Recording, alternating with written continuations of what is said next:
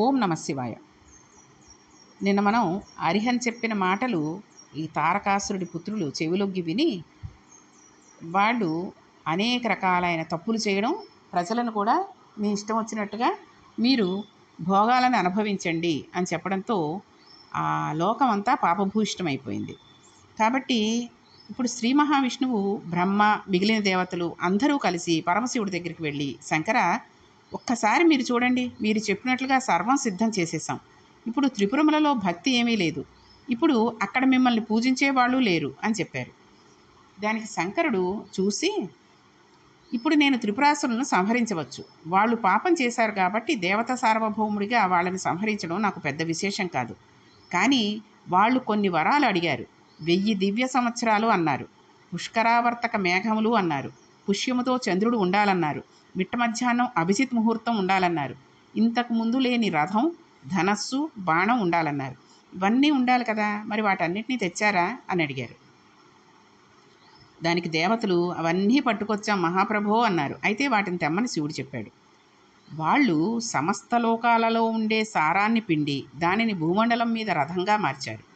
ఆ రథానికి కుడి చక్రంగా సూర్యుణ్ణి, ఎడం చక్రంగా చంద్రుణ్ణి పెట్టారు. ఈ చక్రాలకు ఆకులుగా అటు 6 ఇటు 6 చొప్పున ద్వాదశాదిత్యులను పెట్టారు.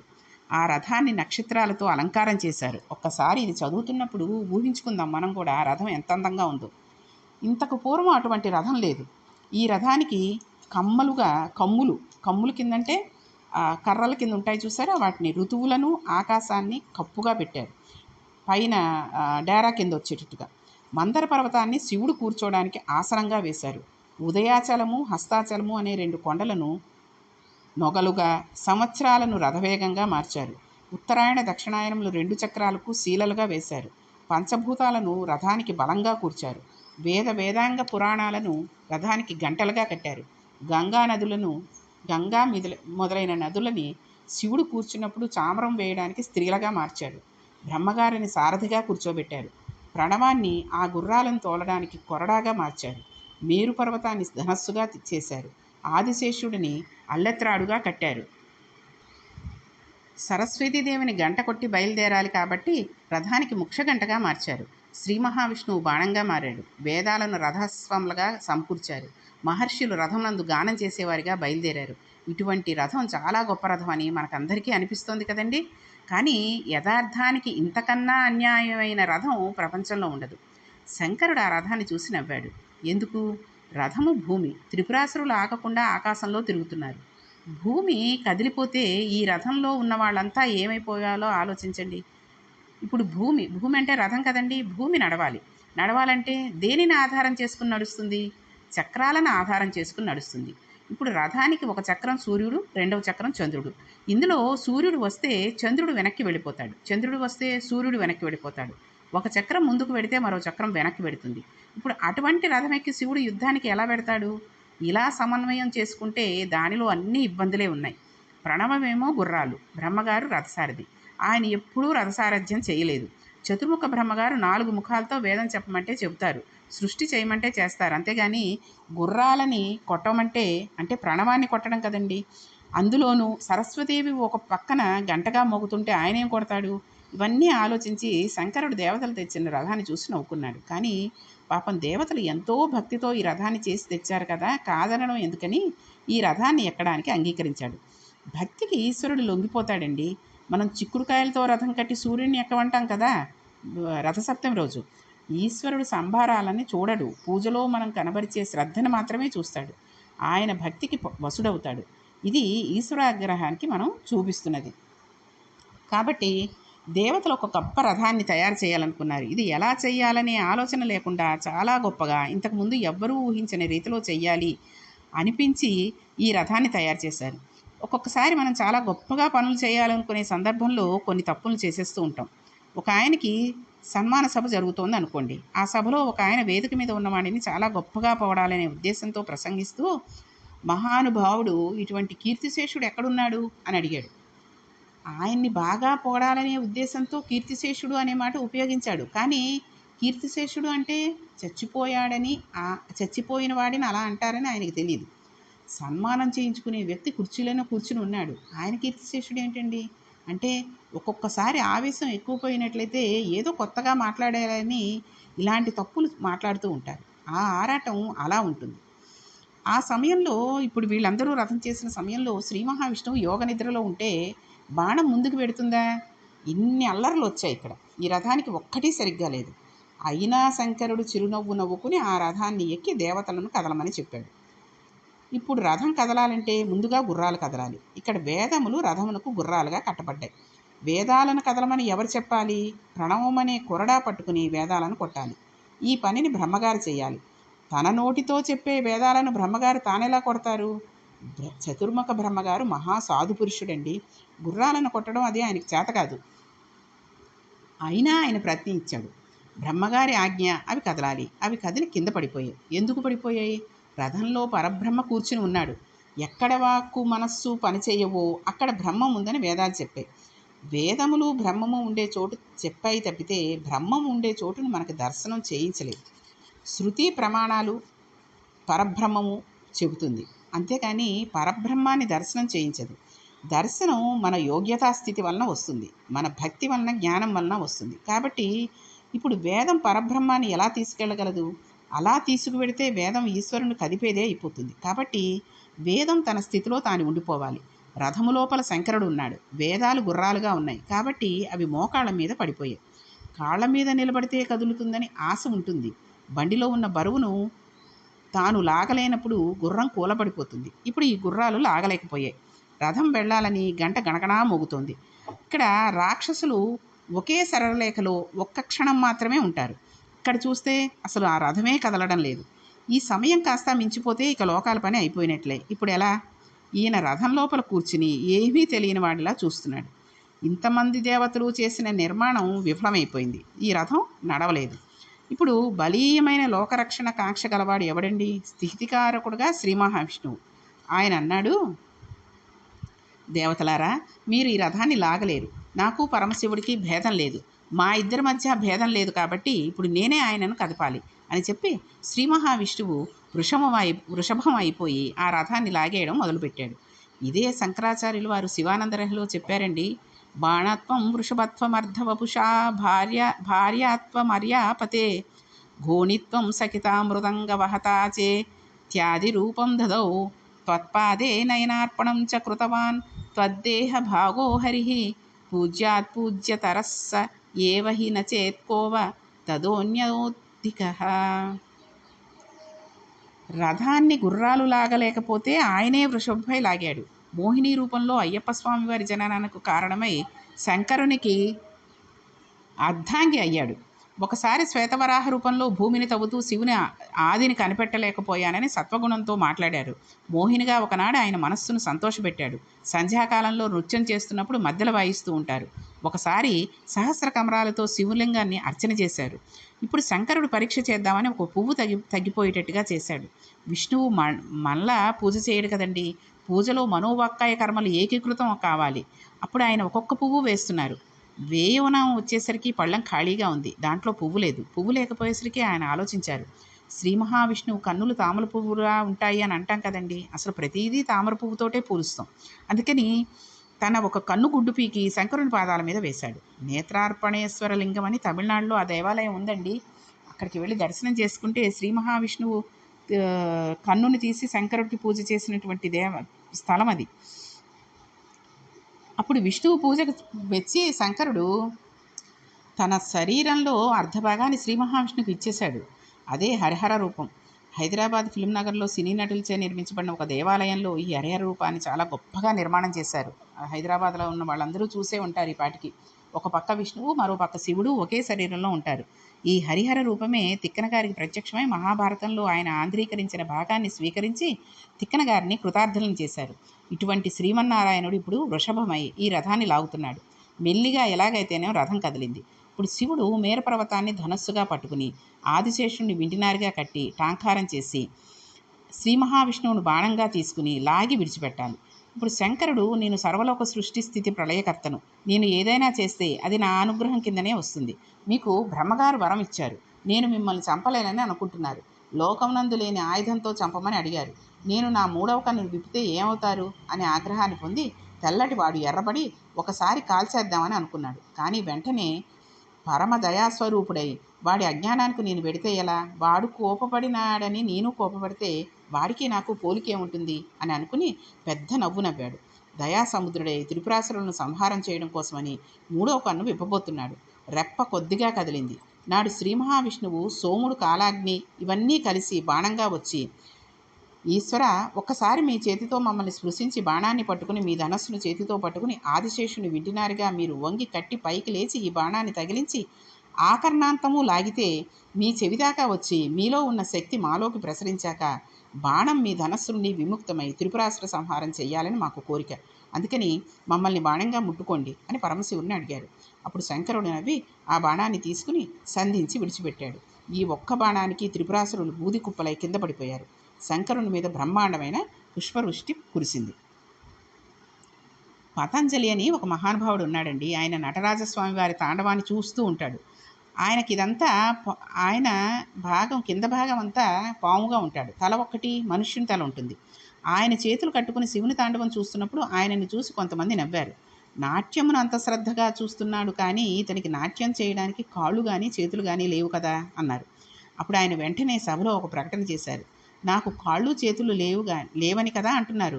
మీకు కాళ్ళు కొమ్ములు ఉన్నాయని గర్వం. నేను కాళ్ళు అనగా దీర్ఘములు లేకుండా, కొమ్ములు అనగా ఐత్వం ఔత్వం లేకుండా నేను చూసిన తాండవాన్ని శ్లోకంగా చెబుతాను.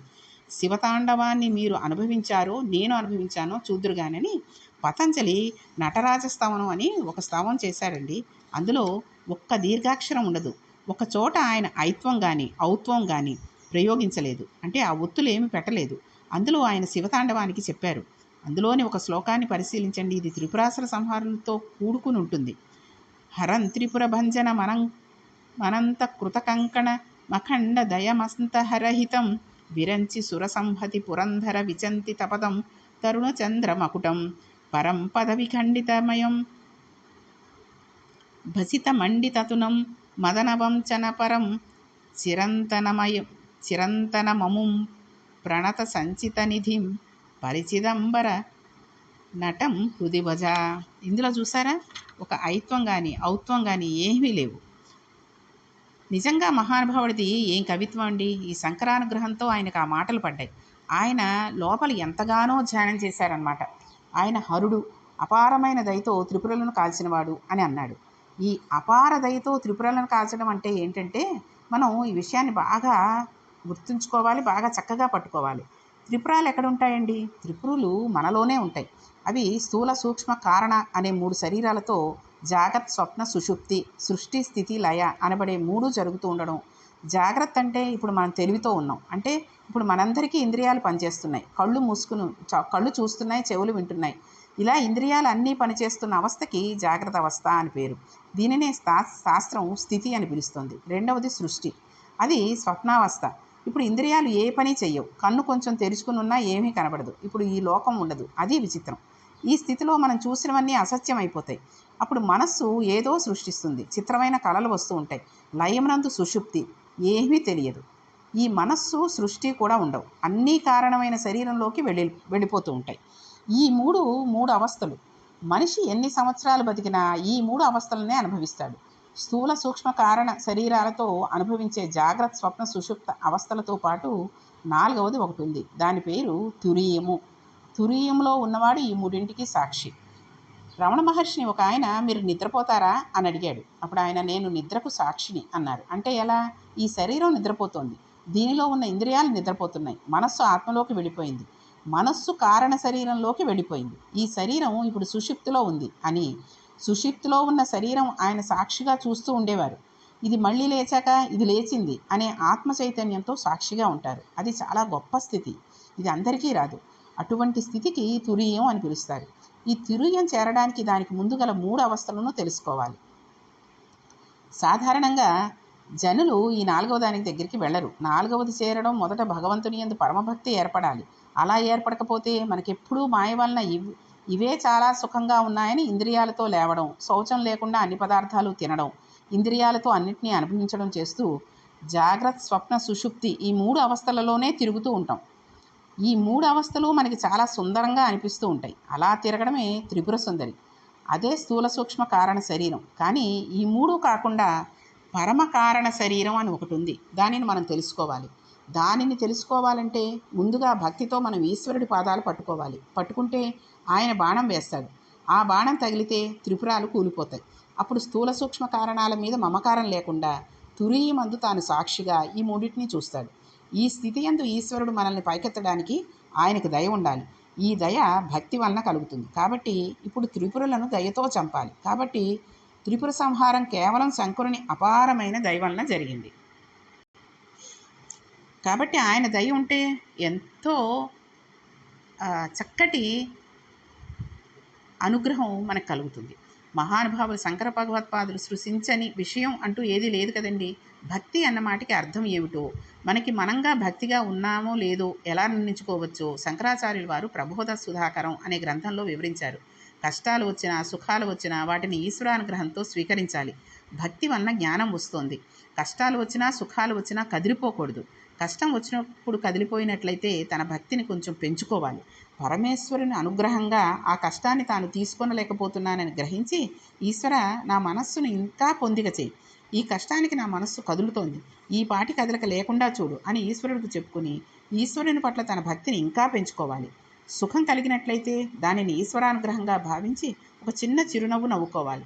ఇంట్లో ఏ శుభకార్యాలు జరిగినా వాటిని పరమేశ్వరానుగ్రహంగా భావించాలి. ప్రతి వ్యక్తికి ఏదో సందర్భంలో దుఃఖం రాకుండా ఉండదు. మనం మొదట్లో దుఃఖానికి కదలకుండా ఉండలేం. మనస్సు కదులుతుంది. మళ్ళీ దానిని వెనక్కు తేవాలి. అన్నిటి యందు ఈశ్వరుని అనుగ్రహాన్ని, ఈశ్వరానుభూతిని దర్శించుకుంటూ వెళ్ళాలి. ఇలా దర్శించగలిగిన సమర్థత కలిగిన ధర్మం కాబట్టే సనాతన ధర్మం ఒక్కటే మృత్యువు రావద్దని అడగలేదు. మృత్యువును మృత్యుదేవత అంది. కొంతకాలం ఈ శరీరం అయిపోతుందని తెలుసు. వృద్ధాప్యం వచ్చేస్తుంది. ఏమీ కనబడవు, ఏమీ వినబడవు. అప్పుడు ఈ శరీరంలో ఇంకా ఆ గూటియందు ఉండాలని కోరుకోకూడదు. ఈ శరీరంలోంచి విడిపించి కొత్త శరీరంలోకి వెళ్ళడానికి గాను మృత్యువును కూడా దేవతా స్వరూపంగా సనాతన ధర్మం ఉపాసన చేసింది. అకాల మృత్యువును వద్దనది. అంతేగాని పండిపోయిన పండు నేల రాలకూడదు అని అడగలేదు. కాబట్టి మన జీవితాలన్నీ కూడా ఎలా ఉండాలండి? బాగా పండిపోయిన పండు తనంత తానుగా చెట్టు మించి కిందకి రాలి పడిపోతే ఎలా అయిపోతుందో అలా టుపుక్కున వెళ్ళిపోవాలి తప్పితే తీసుకుని వెళ్ళడం అనేది జరగకూడదు. అందుకనే మృత్యుంజయ మంత్రం అండి. ఓం త్రయంబకం యజామహే సుగంధిం పుష్టివర్ధనం ఉర్వారుకమివ బంధనాత్ మృత్యోర్ముక్షీయమామృతాత్. ఇది రోజు ప్రతి ఒక్కళ్ళు కూడా చదువుకోవలసినటువంటి మంత్రం. ఇది నోటికి వచ్చేస్తుంది కదండి. ఏదో పని చేసుకుంటూ చక్కగా చదివేసుకోవచ్చు. దోసపండు తొడుమ నుండి విడిపోయినట్టుగా విడిపోమని చెప్పింది శాస్త్రం. దీనిని మనం మన భక్తి తత్పరత వల్ల నిరూపించుకుంటూ ఉండాలి. ప్రతిరోజు రాత్రి పడుకోబోయే ముందు మనం ఎన్ని విషయాలకు కదిలిపోయామో, ఎన్నింటిని తట్టుకున్నామో, ఏవి వింటున్నప్పుడు నవ్వుతూ ఎన్నింటికి మాట్లాడగలిగాము, ఎన్నిటి యందు కోపాన్ని పొందాము అనే వాటిని గురించి ఒక్కసారి ఆలోచించి 11 మార్లు మన ఇష్టదేవతానామం చెప్పుకుని నిద్రపోయే సమయం కాబట్టి మనకి ఇష్టదేవతని స్మరించుకున్నాక శివనామం కూడా 11 సార్లు చెబుతూ ఆయన స్వల్పకాలిక లయం చేయగలిగిన వాడు కాబట్టి ఈశ్వర నేను రేపటి రోజున అలా కదిలిపోకుండా, అలా కోప్పడకుండా నిభాయించుకునే శక్తిని నాకు కృపచేయి అని నమస్కారం చేసి నిద్రపోవాలి. ఇది ఒక సాధన. అందుకే ఉదయాన్నే లేవగానే శ్రీహరి శ్రీహరి శ్రీహరి అని 3 సార్లు అనుకుని తర్వాత మన ఇష్టదైవాన్ని అసలండి గజేంద్ర మోక్షం కథ చాలామందికి తెలిసే ఉంటుంది. అది లీలగా ఏదో టూకీగా మనం గనక ఇలా ఒక ఏనుగు ఉండేది, అది నీళ్ళ కోసం ఇక్కడికి వెళ్ళింది, మొసలు పట్టుకుంది, అప్పుడు శ్రీహరిని ప్రార్థించింది, శ్రీహరి వచ్చి మొసలిని తన సుదర్శన చక్రంతో చంపేశాడు. ఆ తర్వాత అది హాయిగా తన పరమేశ్వరుల్లో కలిసిపోయింది అనేటటువంటి విషయాన్ని జ్ఞప్తి తెచ్చుకుని లేచినట్టయితే మరీ మంచిదండి. ఆ రోజు అంతా శుభం జరుగుతుంది. అసలు ప్రతిరోజు ఈ గజేంద్ర మోక్షం కథని మనం లేస్తూనే తలుచుకోవాలి. అది కూడా చేయలేకపోతే శ్రీహరి శ్రీహరి శ్రీహరి అని 3 సార్లు అనుకోవాలి. మరి పడుకునేటప్పుడు ఓం నమశివాయ అని 11 సార్లు అనుకుని పడుకోవాలి. మన ఇష్టదైవాన్ని దండం పెట్టుకుని, ఒకవేళ బాబాగారు ఇష్టం అనుకుని ఆయన విభూతి పెట్టుకుని దండం పెట్టుకుని, బాబా జాగ్రత్తగా నిద్రపట్టి మళ్ళీ పొద్దున్నే ఉదయాన్నే భక్తిగా లేచేటట్టు మిగిలిన పనులన్నీ చేసుకునేటట్టు చేయి స్వామి అని దండం పెట్టుకుని ఓం నమశివాయ ఓం నమశివాయ అని 11 మార్లు చెప్పుకుని అప్పుడు ఆయనకి పరమేశ్వరుడికి దండం పెట్టుకుని మనం పడుకోవాలి. ఇది ఒక సాధనగా చెయ్యాలి. అలా చెయ్యగా మనలో త్రిపురాసుర సంహారం జరుగుతుంది. మనం ఎక్కవలసిన మెట్లను శంకర భగవత్పాదులు చేసిన ప్రబోధ సుధాకరంతో అనుసంధానం చేసుకుని చూసినప్పుడు ఈ రాక్షస సంహారం మన ఉన్నతిని చూపిస్తుంది. కాబట్టి ఈశ్వరుడి లీలలలో త్రిపురాసుర సంహారాన్ని గొప్ప లీలగా చెప్తారు. కాబట్టి మనం కూడా ఆ పరమేశ్వరుని నిత్యం ప్రార్థిస్తూ మనలో ఉన్నటువంటి త్రిపురాలు పడిపోయేటట్టుగా ఆయన బాణం వేసి పడేయాలని చెప్పి మనం కోరుకుంటూ రేపటి నుంచి మనం చాలా అద్భుతమైన విషయం పార్వతీ కళ్యాణం గురించి శివమహాపురాణం అంతర్గతంగా మనం తెలుసుకుందాం. ఓం నమః పార్వతీపతి. హర హర మహాదేవ. శంభో శంకర.